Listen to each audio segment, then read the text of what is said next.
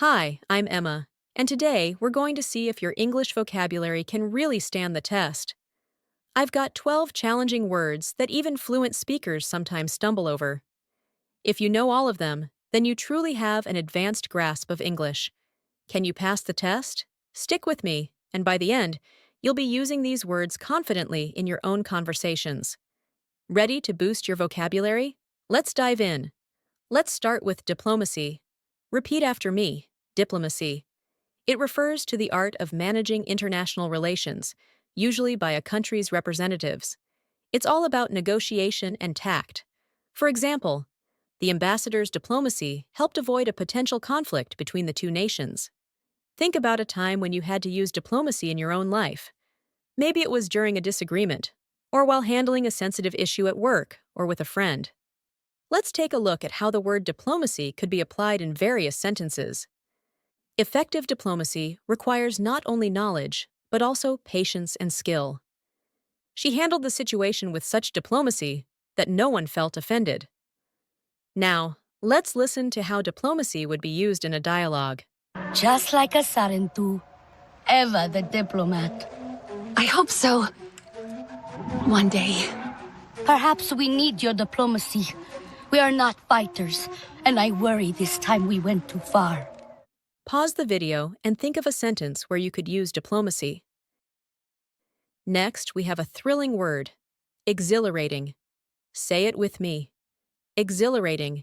It means something that makes you feel very happy or excited. Think about experiences like skydiving, winning a competition, or even completing a challenging task. Those moments are exhilarating. For example, the view from the mountaintop was absolutely exhilarating. Or, she found the fast-paced action of the race exhilarating. Now, let's explore how exhilarating could be used in different contexts. The exhilarating rush of the roller coaster left everyone buzzing with excitement. His speech was exhilarating, leaving the audience inspired and motivated. Here's how exhilarating would sound in everyday dialogue. It's just the three of us to stay out of sight from Gatnat. Usually, it's fine. Exhilarating even. We get home. What's been your most exhilarating experience? Pause and create your own sentence using this word. Now let's move to something a bit more complex. Impenetrable. Say it with me. Impenetrable. It describes something that cannot be passed through or understood easily. For instance, the thick fog made the forest impenetrable. It can also be used metaphorically, like, his thoughts were impenetrable. No one could guess what he was thinking. Here's how you might apply the word impenetrable in a range of sentences. The fortress was surrounded by an impenetrable wall. The novel's meaning felt impenetrable, no matter how much I reread it. Now let's hear how impenetrable is used in a conversation. Then what are we waiting for? Thunder through their gates and drag the little man from his hiding place.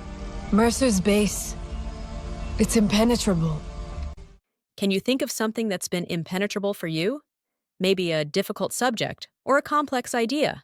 Write your own sentence. Next up, we have serene. This word refers to something calm, peaceful, and untroubled.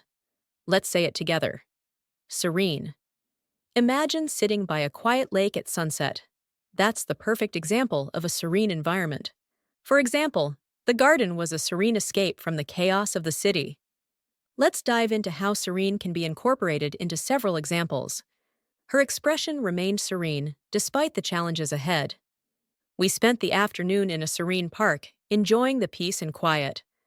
Let's listen to an example of serene in a real-life dialogue. They wanted oil, too. They thought the desert was a dead place. But real desert is powerful and serene and beautiful and full of life.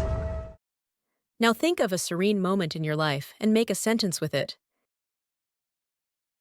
This one's a bit technical, toxicology. It's the branch of science that studies the effects, nature, and detection of poisons. Repeat. Toxicology. It's often used in medical or scientific contexts, like the toxicology report revealed traces of harmful substances. Now, Let's examine how toxicology could be applied in various situations. She specialized in toxicology, studying the effects of chemicals on human health. The toxicology exam was crucial in determining the cause of death. Now let's explore how toxicology fits into a natural conversation. Mercer's plan is pretty genius in a kill-everything kind of way. I'm running a full oil toxicology analysis and mapping the quick damage, but it's gonna take a while. Have you heard this word before? Think of an example where you might use toxicology. Now, let's shift to solitude. This word refers to the state of being alone, often in a peaceful way. Say it with me, solitude. It's not the same as loneliness. Solitude is when you enjoy being by yourself. For example, after a busy week, he sought solitude in the quiet countryside. Let's see how solitude could be used effectively in different sentence structures. She embraced solitude during her weekend retreats. In the mountains, I found a solitude that recharged my energy. Here's how solitude would sound in everyday dialogue. Can you not see she's exhausted? Anufi, you need to go home. Back to the safety of your solitude and meditation. Think of a time when you enjoyed solitude. Pause and create a sentence. Next, we have treacherous.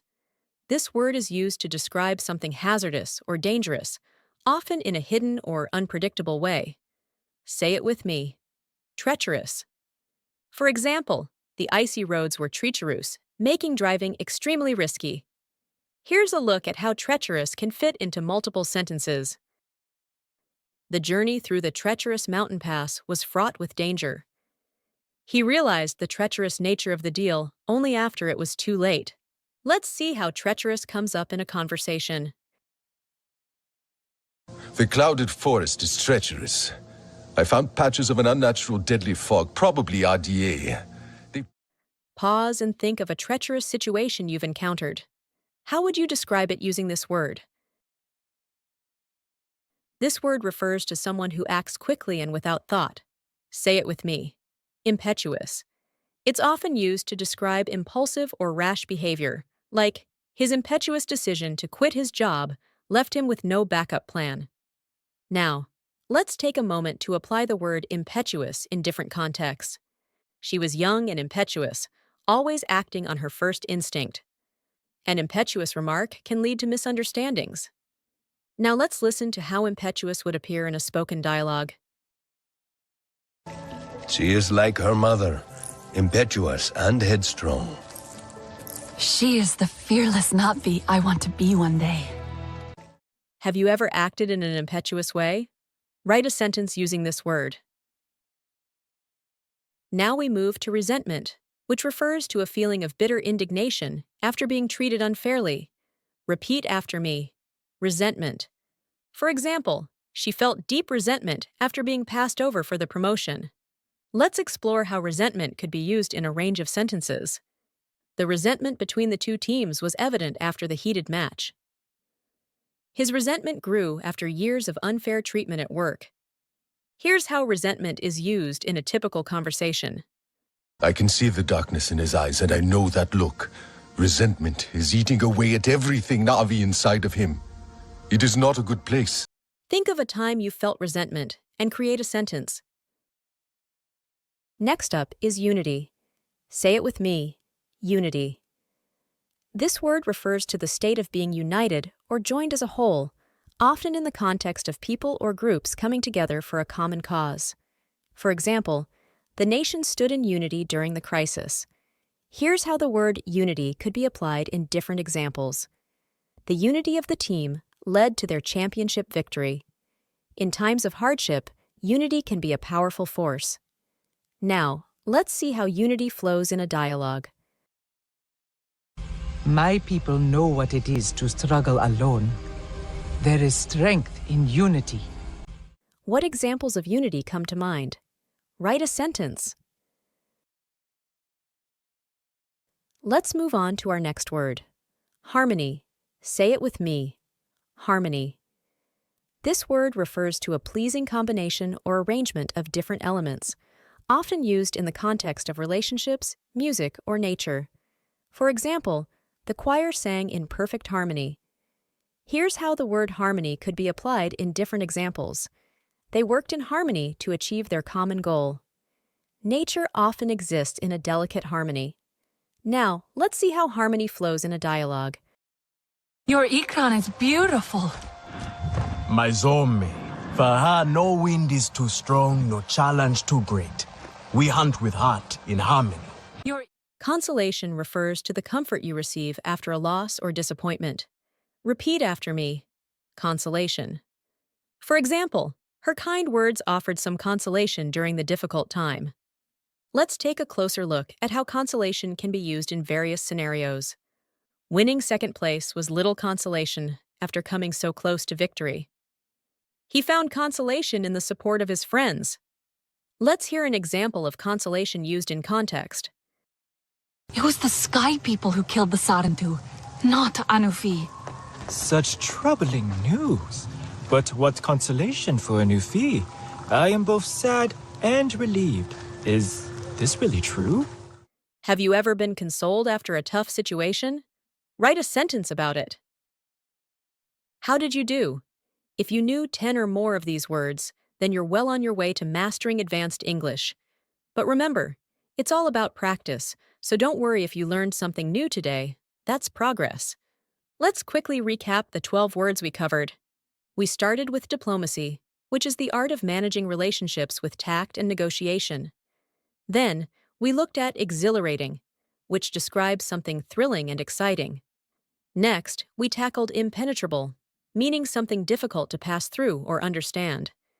After that, we explored serene, which paints a picture of calm and peacefulness, before diving into toxicology, the scientific study of poisons and their effects. We also touched on solitude, which refers to the peaceful enjoyment of being alone. Then we talked about treacherous, something dangerous or deceptive, and impetuous, describing actions made without thinking. We also uncovered resentment, a feeling of bitterness after unfair treatment. We also explored unity, which refers to the state of being joined together as a whole, often in pursuit of a common goal. Next, we looked at harmony, which describes a sense of peaceful coexistence and agreement, whether in music, relationships, or nature. And finally, we discussed consolation, the comfort or solace we receive after a loss or disappointment. How many of these words will you use in your next conversation? Drop a comment with your favorite word from today and how you used it. Remember, practice is key, so keep using these words in your daily conversations. If you enjoyed this video, don't forget to subscribe, like, and hit the notification bell so you won't miss our next vocabulary challenge. See you next time, and keep leveling up your English.